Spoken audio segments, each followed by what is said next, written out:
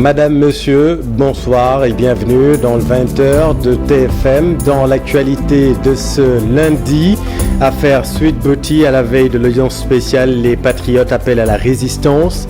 L'État veut détruire le parti PASTEF selon le mouvement des cadres, des femmes et des artisans. Plus de détails dans ce journal. Fort Afrique 2023, les industries culturelles et créatives vecteurs d'emploi pour la jeunesse. Près de 300 investisseurs belges attendus à cette première édition. Un forum de haut niveau à l'initiative de la Fondation Youssou N'Dour. On vous explique tout dans cette édition. Centenaire de Sembène Ousmane, son riche héritage a fait l'objet d'une table ronde à Cannes en France. Le monde du 7e art a rendu un vibrant hommage au père du cinéma africain.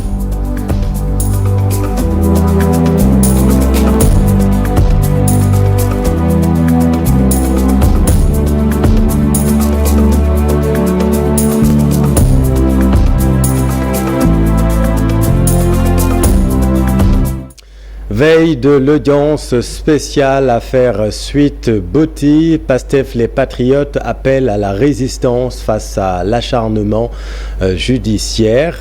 Selon le mouvement des cadres, des femmes et des artisans, l'État veut dissoudre le parti PASTEF. Les patriotes ont fait face à la presse cet après-midi. Compte rendu, Mamadou Fall. PASTEF debout pour faire face à l'injustice, c'est ce qu'annoncent les membres du parti qui ont fait face à la presse à quelques heures du procès Adji Sarr Ousmane Sonko. Pour les pacifiés, ils ont subi des inégalités dans ce pays.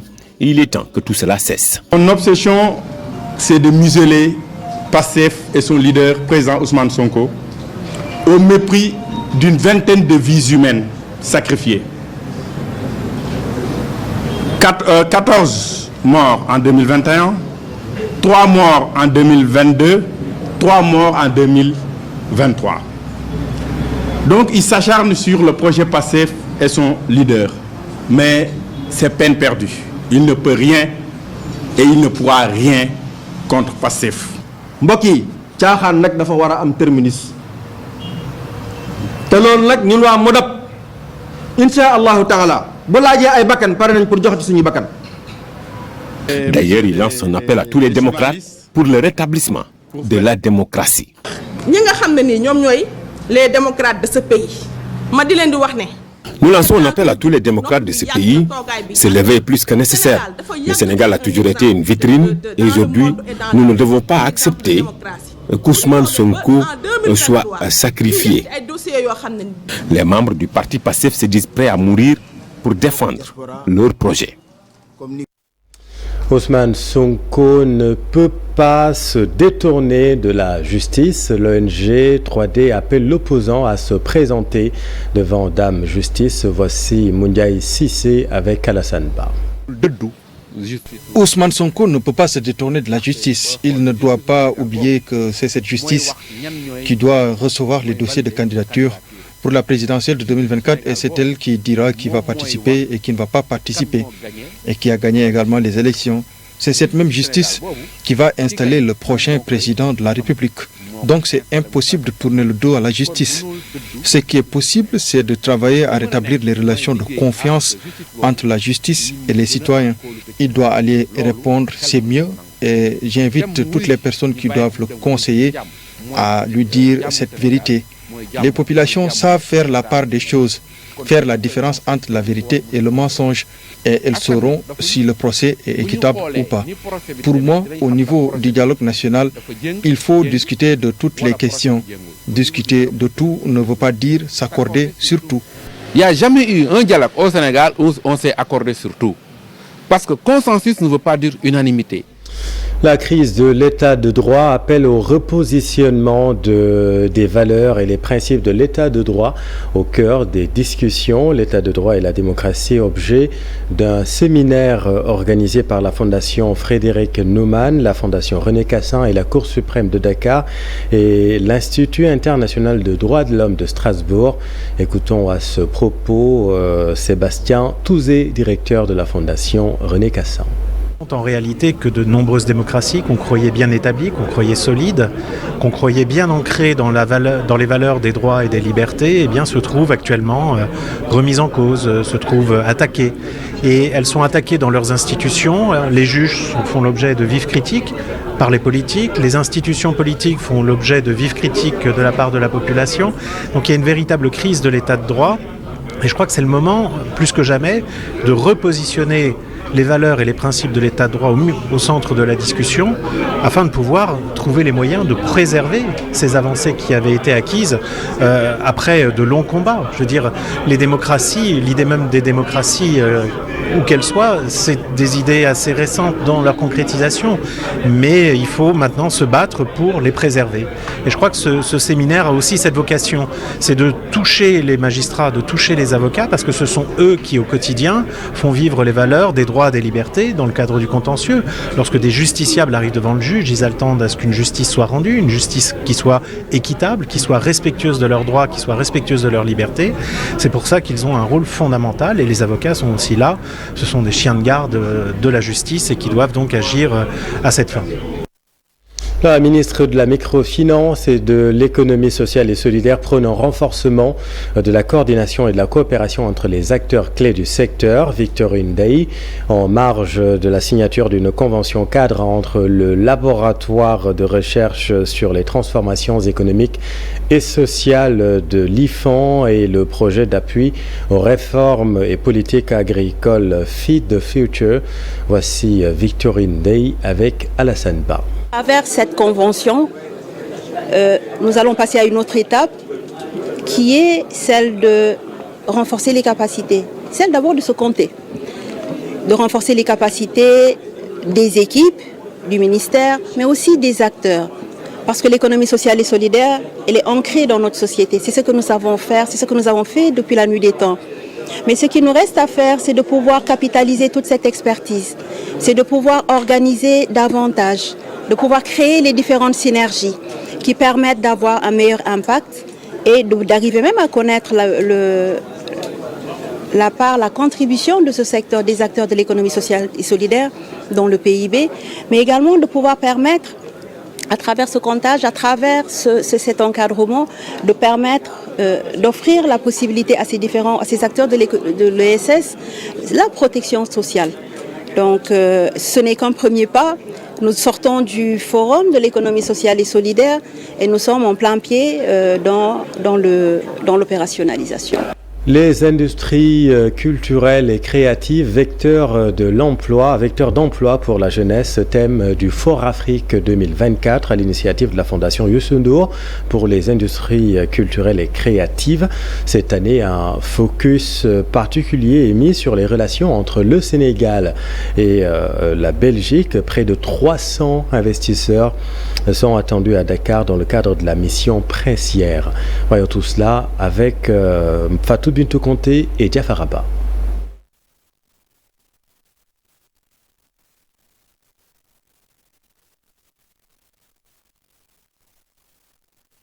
À partir de ce mercredi, Dakar sera le rendez-vous d'un grand forum sur l'industrie culturelle et créative, initié par la Fondation Youssou N'Dour pour les industries culturelles et créatives. L'emploi des jeunes sera au cœur des débats. Le thème de cette édition 2023 est les ICC, donc les industries culturelles et créatives, un vecteur d'emploi pour la jeunesse, à quelles conditions? Quand on sait que les ICC, les industries culturelles et créatives, sont des pourvoyeurs d'emplois dans le monde, mais plus particulièrement en Afrique. Les ICC, ça représente dans le monde environ 30 millions d'emplois.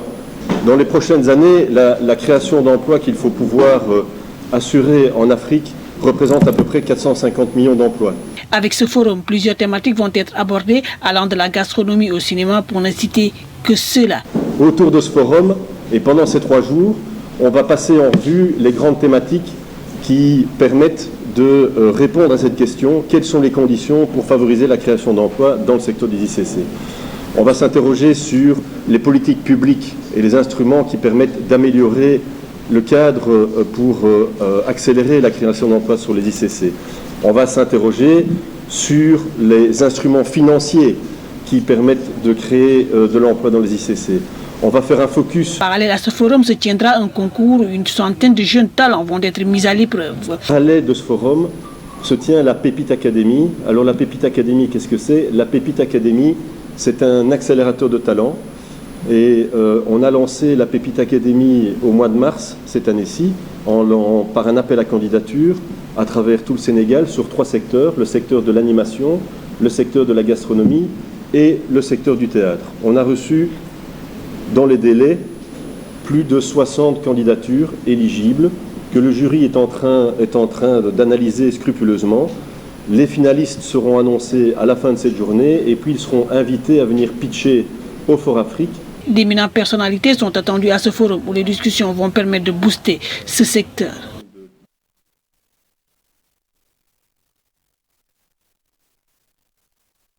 Confédération patronale de l'industrie touristique des pays de l'espace CEDEAO s'est réunie pour évaluer et ouvrir des perspectives pour le secteur du tourisme dans l'espace.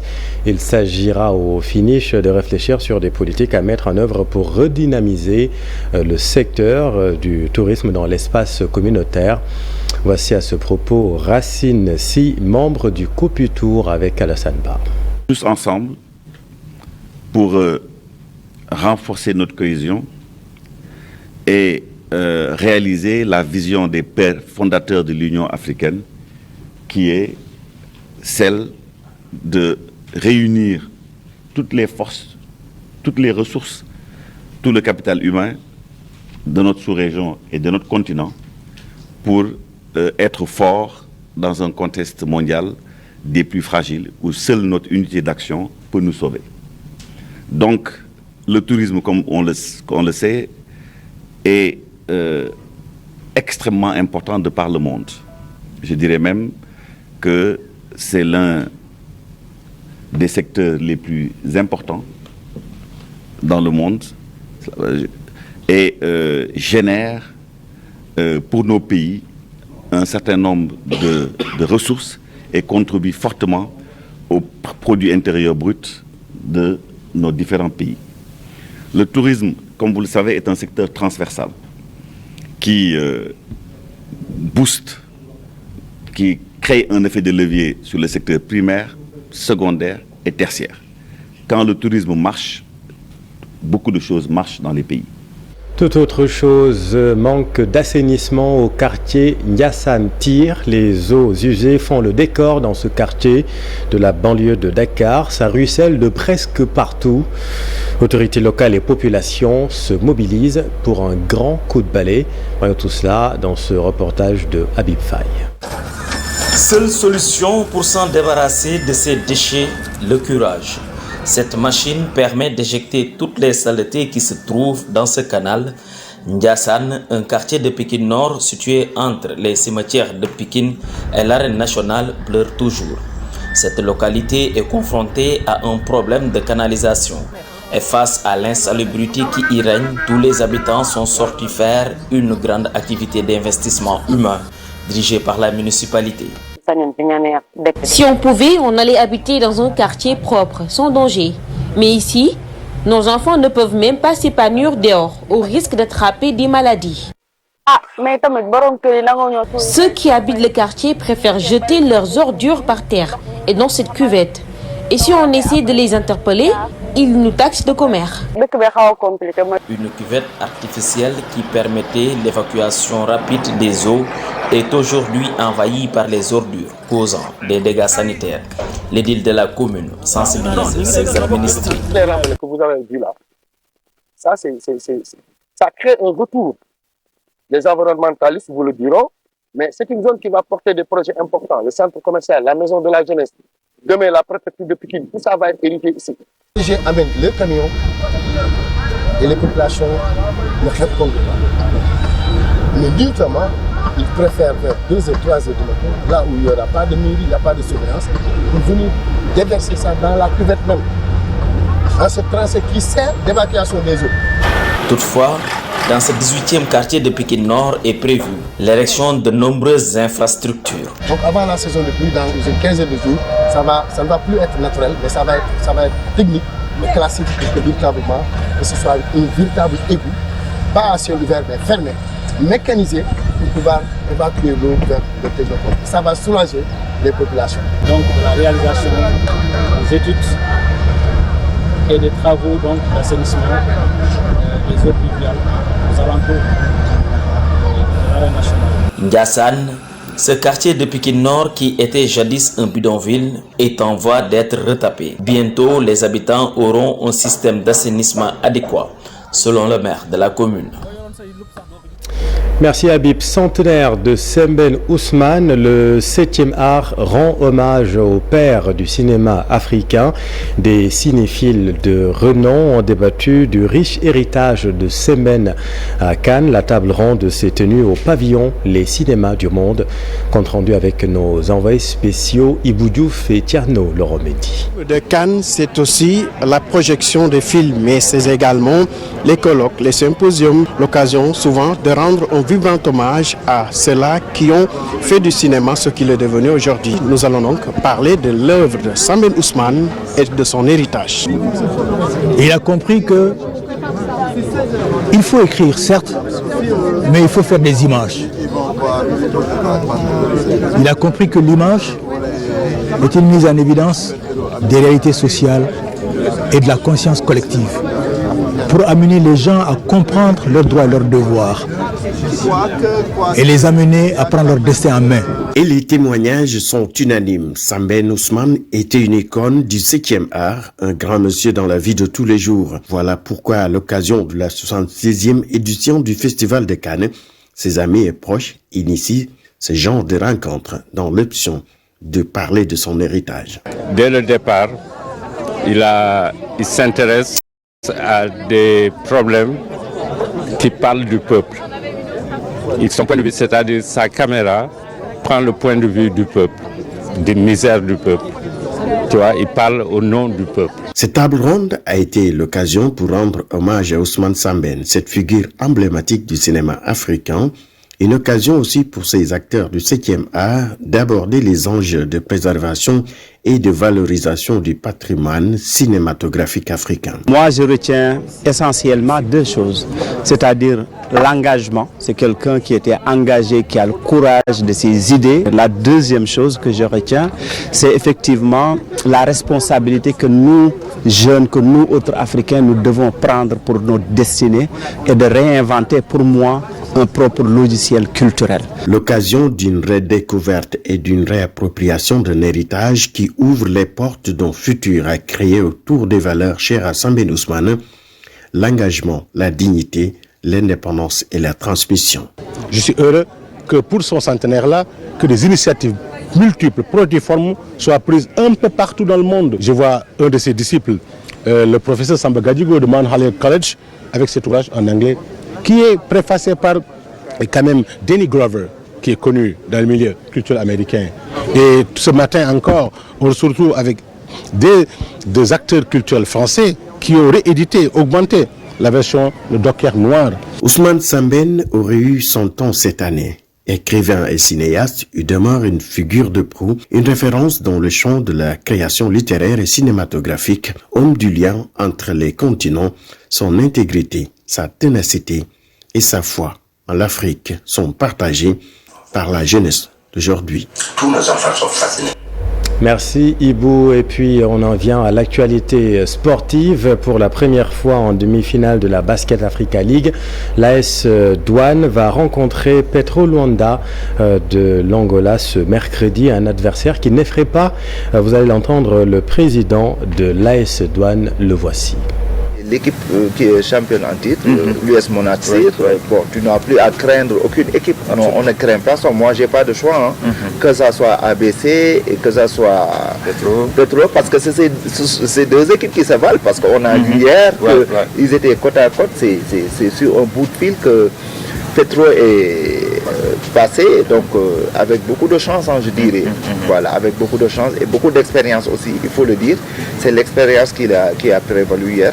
Mais nous, on n'a pas de choix par rapport à notre adversaire. De toute façon, arrivé à ce stade, les 4 équipes sont de très bonnes équipes. C'est les 4 meilleures. Si vous voyez, sur chaque poule, le premier et le deuxième est sorti en demi-finale. Ce qui veut dire que c'était les 4 meilleures équipes. C'est le drapeau national qu'on défend. Et je rassure les Sénégalais que nous mettrons tous les moyens à notre disposition pour que l'équipe puisse passer les demi-finales. Et parlons football à présent, groupe C de la Coupe du Monde U20 Argentine 2023. Le Sénégal, vous le savez, a débuté la compétition par un revers 1-0 devant le Japon. Le sélectionneur Malik Daf voit tout de même des signes rassurants pour la suite. Le voici avec la Fédération sénégalaise de football. On a attendu d'avoir encaissé le but pour sortir et commencer à jouer. On a fait une erreur fatale, on l'a payé cash. Sur un mauvais dégagement, on n'est pas sorti sur le milieu de terrain. Il a tout l'espace devant lui pour frapper dans le cage vide. Malheureusement, on a encaissé un but matinal. Mais après, on a couru derrière le score. Les gosses ont très bien joué. Les changements ont bien apporté. On a créé un nombre incalculable d'occasions de but. Mais malheureusement, on a manqué un peu de finesse, on a manqué d'application pour mettre les ballons au fond des filets. Mais dans l'ensemble de cette partie, en tout cas, je pense qu'il y a de l'espoir. Il faut être lucide et serein, analyser objectivement, corriger les erreurs et préparer le prochain match qui s'annonce important pour la qualification. Le match, ce sera face à l'Israël mercredi à 18h. Football toujours, le Sénégal sur le toit de l'Afrique du football sur 5 compétitions différentes, s'il vous plaît. Le résultat d'un travail de longue haleine d'après le directeur technique national Mayacine Mar. Et moins effectivement qu'il faut faire pour y arriver. C'était d'abord une stabilité technique, c'est important. Avoir également des entraîneurs bien formés et qui ont le mérite effectivement de pouvoir conduire notre projet. Et ensuite, deuxièmement, bénéficier de 2 centres de formation d'entraînement, Guéréo et Touab Dialaw, qui nous ont permis effectivement de pouvoir nous préparer dans les meilleures conditions et à temps également aussi. Parce que cela considéré également un impact pour nous. Parce qu'on n'a jamais eu le temps de bien préparer nos équipes nationales quand nous n'avons pas ces centres-là. Aujourd'hui, nous avons l'habilité de mettre 2 mois, 3 mois, 4 mois, 6 mois de nous préparer. Mais quand nous arrivons à la compétition, on est prêt pour gagner effectivement. Et je pense qu'aujourd'hui, on connaît la voie et tout le monde y est derrière, la presse, n'est-ce pas, le peuple sénégalais, vraiment. Je pense qu'aujourd'hui, ce n'est pas un hasard, c'est un travail de longue haleine. Vraiment qui nous a amené aussi aujourd'hui à avoir ces trophées-là. Et je pense qu'il faut continuer à travailler. Voilà, le Sénégal qui gagne, c'est bon pour le moral. C'est la fin de cette édition. Merci infiniment de l'avoir suivi. Soir d'info. La suite, c'est dans un instant. Restez avec nous. Vous êtes au bon endroit. Bonne soirée.